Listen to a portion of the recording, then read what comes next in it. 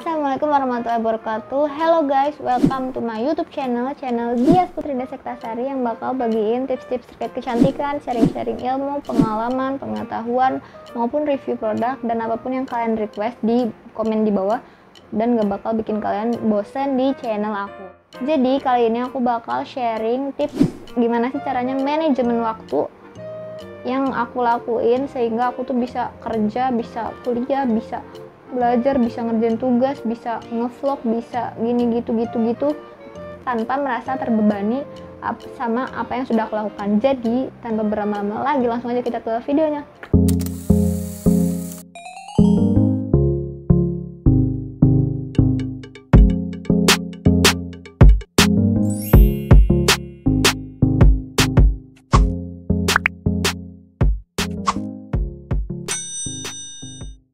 Hai guys, sebelum lanjut ke videonya, aku mau kasih tahu ke kalian gimana sih rahasia aku bisa manajemen waktu, terus produktif seharian walaupun aku kerja dari pagi sampai malam, dan aku bisa bikin konten, edit video, lalu aku masih bisa happy-happy jalan-jalan. Jadi selama ini tuh aku minum gentong mas dan kadang-kadang sih guci mas gitu. Jadi aku itu minum 2 minuman sehat, yaitu yang pertama gentong mas dan guci mas yang terbuat dari gula aren pilihan dan rempah-rempah seperti ada jinten atau kita biasa sebut habasatun sauda, lalu gula aren, cengkeh, kayu manis, kapulaga, dan banyak lagi bahan-bahan herbal. Jadi yang pasti kita bakal banyak banget dapat manfaat dan kita tuh terhindar dari segala macam penyakit. Juga kekebalan tubuh kita tuh bakal meningkat. Di sini kalau gentong mas itu satu boxnya ada 10 saset dengan ukuran masing-masing itu 25 gram. Sedangkan untuk yang guci mas itu dia kayak susu bubuk gitu, jadi ukurannya 200 gram. Jadi aku minum ini tuh sehari sekali. Biasanya tuh aku minum setelah kerja sih, kan biar habis capek kita minum ini tuh anget-anget gitu, jadi seger. Ini kan kayak jamu gitu kan. Jadi ada rempah-rempahnya kayak misalkan kapulaga, ada cengkeh, terus ada gula aren, ada kayu manis, ada jinten, pokoknya tuh seger banget, jadi kayak anget banget di tubuh. Setelah kalian seharian capek kerja, capek beraktivitas, minum ini tuh enak banget. Selain dia bisa memperkuat daya tahan tubuh kita, dia juga bisa memperlancar peredaran darah dan mengatasi diabetes. Banyak juga sih penyakit-penyakit yang istilahnya tuh bisa terobati sama jamu ini, karena kan ini herbal ya. Aku biasanya minumnya yang gentong mas karena ini tuh lebih otentik gitu rasa jamunya. Oh iya, buat kalian yang memang nggak terlalu suka kayak jamu-jamu otentik gini, ada kok pilihan lainnya yang tadi aku bilang itu, yaitu guci mas. Kalau guci mas itu dia ada ditambahin creamernya, cuma beda di situ doang. Jadi buat kalian yang memang pecinta susu atau mungkin suka yang lebih creamy, ini cocok banget buat kalian. Dan itu rasanya lebih manis dikit ya, karena ada campuran creamernya itu. Guci mas, minumannya orang gaul. Nah, jadi di sini aku bakal sharing 5 tips aku gimana caranya aku manajemen waktu di 24 jam per hari ini selama 23 tahun. Aduh, ketahuan dong umurku. Ya, selama itu yang enggak 23 tahun juga sih guys, baru aku jalanin sekitar 3-5 tahun gitu. Ada 5 tips yang aku jalani. Jadi langsung aja ke poinnya. Yang pertama, tentuin waktu-waktu kalian dan manajemen waktu kalian yang baik itu seperti apa. Jadi maksudnya di sini itu bagi prioritas skala prioritas pekerjaan kalian. Hal-hal pekerjaan kalian itu kalian detailin dulu, apa sih yang biasanya kalian lakuin, terus apa yang ingin kalian lakuin, dan apa yang kira-kira bisa kalian lakuin ketika gabut gitu ya.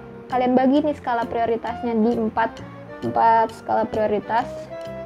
Di sini yang mendesak dan harus dikerjakan, misalkan kerjaanku, terus target dari pekerjaanku ngapain kayak gitu.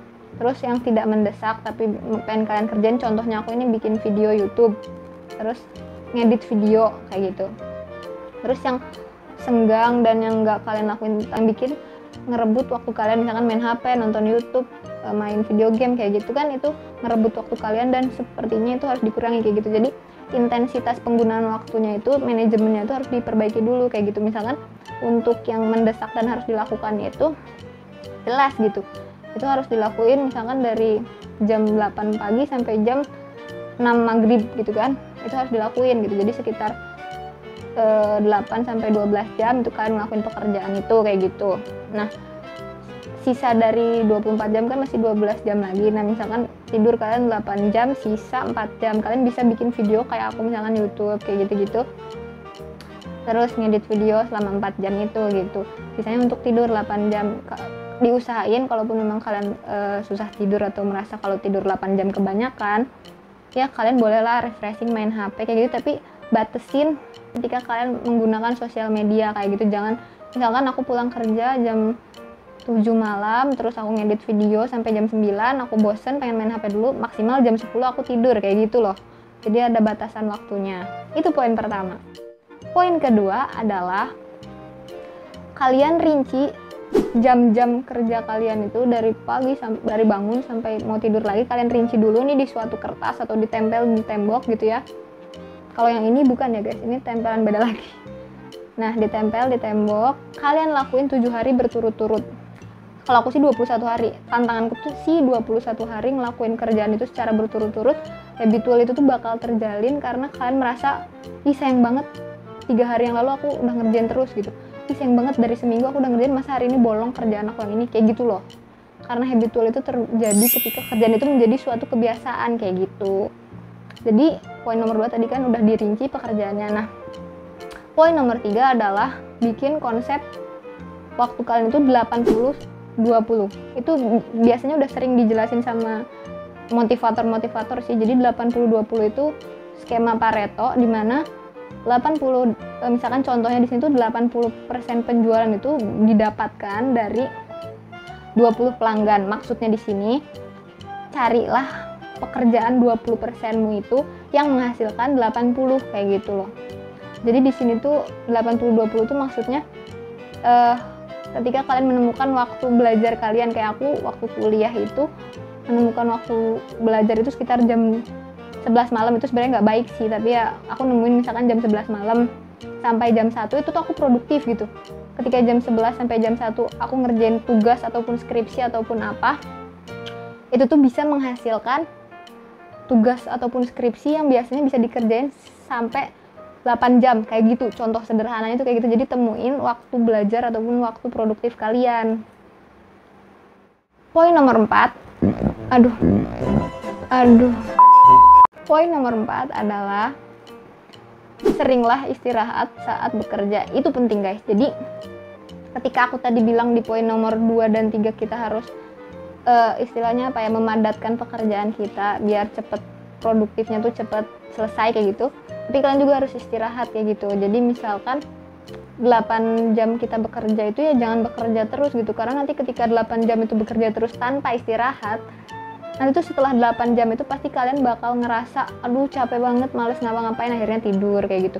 Itu nggak baik. Jadi sesuai sama apa istilahnya skema Pareto yang 80-20, kalian itu istirahat ketika kalian merasa sudah di titik jenuh gitu. Kalau di jam kerja misalkan 2 jam kerja, terus setengah jam istirahat bentar, minum, lihat HP bentar, lihat sosmed IG, lihat updatean status bla bla bla bla bla bla gitu, mantan gitu, pacar ngapain kayak gitu. Nanti baru lanjut lagi kerja kayak gitu sampai akhirnya kalian merasa kerjaan kalian tuh nggak berat gitu, karena kalian merasa oh ini aku udah nemuin titik enaknya kerja nih, aku pas kayak gini lagi produktif. Kalau udah gini tandanya aku nggak produktif, aku harus istirahat, meregangkan tubuh, lihat sosmed, minum makanan jajanan kayak gitu kan. Itu adalah poin keempat. Dan poin terakhir atau poin kelima dari aku yang aku jalani gimana caranya aku manajemen waktu adalah aku sering melakukan olahraga maupun meditasi. Jadi maksudnya meditasi ya, aku sering dengerin YouTube tentang hujan. Itu tuh bener-bener aku merasa tenang gitu loh. Kalau misalkan di sini nggak hujan gitu ya, aku play video YouTube lagi hujan, terus play suara geluduk kayak gitu-gitu aku play. Itu salah satu cara menenangkan emosi kita, yang bikin istilahnya itu tuh bikin merangsang otak kita tuh lebih tenang kayak gitu. Nah, untuk olahraga sendiri, olahraga yang dilakukan ya sesuai sama video aku yang aku sharing di sini waktu aku melakukan diet. dan aku lakuin itu nggak lebih intens daripada waktu aku diet ya. Jadi seminggu 2 kali ataupun sampai 3 kali pulang kerja kayak gitu sebisanya aja. Itu sebenarnya nggak baik sih pulang kerja, lebih baik itu kalau sebelum kerja gitu, sebelum berangkat, jadi paginya olahraga kayak gitu guys. Nah, jadi 5 tips terkait manajemen waktu aku itu tuh gampang banget dilakuin buat kalian semua yang merasa, kok aku merasa 24 jam tuh kurang ya, apalagi bersama dia. Ya iyalah, pengennya selama-lamanya kan. Jadi itu 5 tips dari aku terkait manajemen waktu. Kemarin ada yang request di video aku sebelumnya gimana caranya manajemen waktu, aku udah sharing. Nah, jadi jangan lupa like video aku, subscribe channel aku, nyalain lonceng notifikasinya biar kalian tahu updatean video aku itu bakal seru-seru terus, gak pernah bosenin, swear. Dan dislike kalau nggak suka, komen requestan kalian di bawah, aku bakal bacain komenan dan requestan kalian tentang video aku selanjutnya. Jadi terima kasih banyak, aku udah mendapatkan berapa ratus subscriber dalam waktu 2 bulan. Terima kasih buat kalian semua. Semoga video aku kali ini bermanfaat. Bye bye.